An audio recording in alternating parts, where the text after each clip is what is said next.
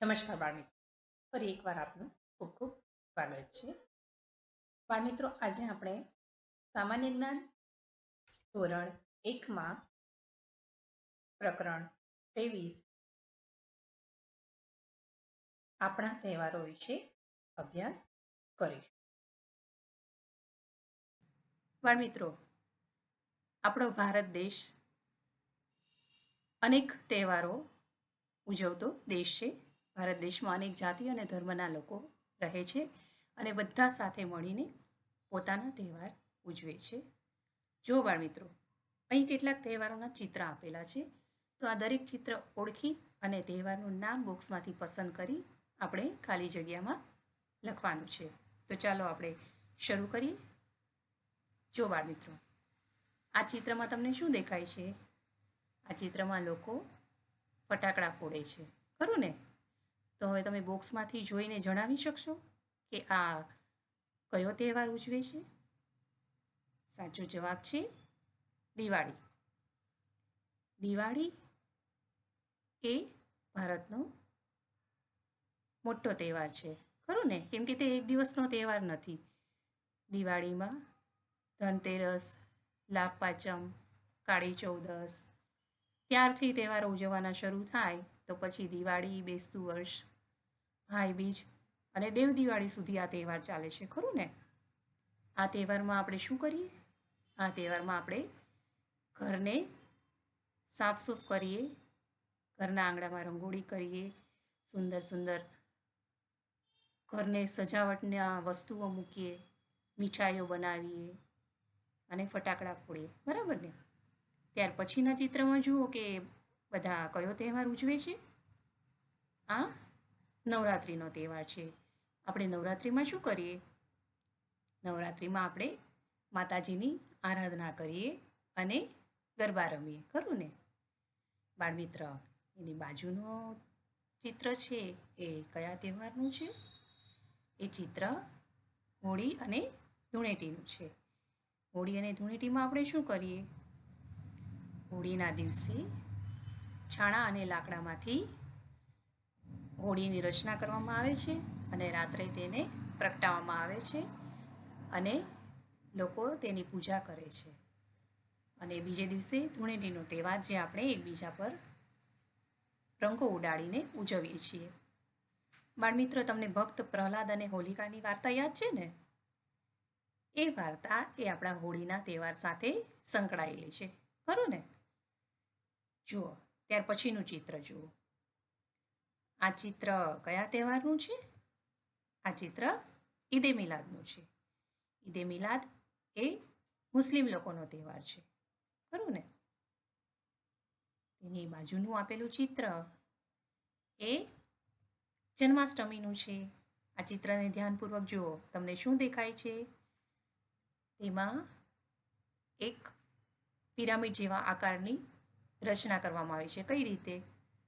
લોકો એક ઉપર એક એ રીતે ચડે છે અને પિરામિડ આકારની રચના બનાવે છે અને ખૂબ ઉપર એક મટકી લટકેલી હોય છે, જેને ફોડે છે. જન્માષ્ટમી એટલે ભગવાન શ્રી કૃષ્ણનો જન્મદિવસ, જે હિન્દુ લોકો ખૂબ ધામધૂમથી ઉજવે છે, ખરું ને? બાળમિત્રો, ત્યાર પછીનું ચિત્ર એ દશેરાનું છે. દશેરા એ શેનું સૂચન કરે છે? અધર્મ પર ધર્મનો વિજય થાય એ દશેરાના તહેવારનું સૂચન છે, ખરું ને? તે દિવસે રાવણના પૂતળાનું દહન કરવામાં આવે છે. ત્યાર પછીનું ચિત્ર જોઈએ તો તે ઉત્તરાયણનું છે. ઉત્તરાયણમાં બધા લોકો સાથે મળે છે અને અગાસી પર પતંગ ચગાવે છે, બરાબર ને? ત્યાર પછીનો તહેવાર છે એ સ્વતંત્રતા દિવસ છે. સ્વતંત્રતા દિવસ એ આપણો રાષ્ટ્રીય તહેવાર ગણાય છે અને આ તહેવાર એ બધા જ જાતિ અને ધર્મના લોકો સાથે મળીને ઉજવે છે, ખરું ને? ત્યાર પછીના ચિત્રમાં આપણે ગણેશ ચતુર્થીના તહેવાર વિશે જાણીએ. ગણેશ ચતુર્થીમાં આપણે શું કરીએ? ગણેશ ચતુર્થીમાં ભગવાન ગણેશની મૂર્તિ લાવીએ, ઘરે સ્થાપના કરીએ, અમુક દિવસો સુધી તેની પૂજા અર્ચન કરીએ અને પછી તેને પાણીમાં વિસર્જિત કરીએ, ખરું ને? બાળમિત્રો, આ ચિત્રને ધ્યાનમાં જુઓ. આ ચિત્ર એટલે કયા તહેવારનું ચિત્ર કહેવાય? આ ચિત્ર નાતાલનું છે. નાતાલ એ ખ્રિસ્તી લોકોનો તહેવાર છે. ત્યાર પછીનું ચિત્ર એ રક્ષાબંધનનું છે. રક્ષાબંધન એટલે ભાઈ બહેનનો પવિત્ર તહેવાર, જેમાં બહેન ભાઈના હાથમાં રાખડી બાંધે છે, તિલક કરે છે, આરતી ઉતારે છે અને ભાઈની પ્રગતિ અને સારા સ્વાસ્થ્ય માટે પ્રાર્થના કરે છે. અને બદલામાં ભાઈ બહેનને ભેટ આપે છે. અને છેલ્લું ચિત્ર છે તે રામનવમીના તહેવારનું છે. રામનવમી એટલે ભગવાન રામનો જન્મદિવસ, ખરું ને? આ તહેવાર હિન્દુ લોકો ખૂબ ધામધૂમથી ઉજવે છે. બાળમિત્ર, તમને ભારતના તહેવારની સમજ પડી ગઈ હશે, બરાબર ને? હવે આપણે સ્વાધ્યાય કરીએ. તમારે ધ્યાનપૂર્વક આપેલા વાક્ય વાંચવાના છે. બોક્સમાં તહેવારનું નામ આપેલું છે, તે નામમાંથી સાચો જવાબ પસંદ કરવાનો છે અને બાજુમાં આપેલી ખાલી જગ્યામાં લખવાનો છે. તો ચાલો આપણે શરૂ કરીએ. પ્રશ્ન 1, ઝંડો ફરકાવવાનો તહેવાર.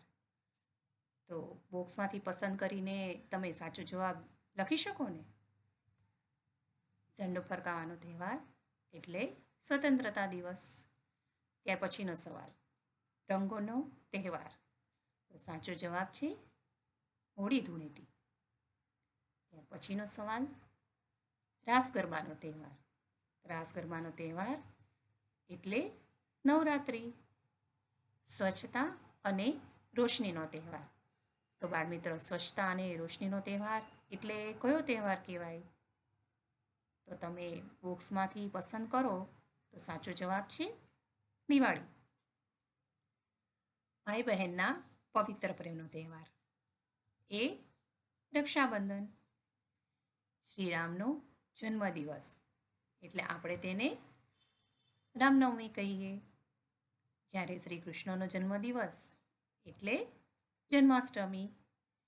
ઈસુ ખ્રિસ્તનો જન્મદિવસ એ આપણે નાતાલ તરીકે ઉજવીએ, ખરું ને?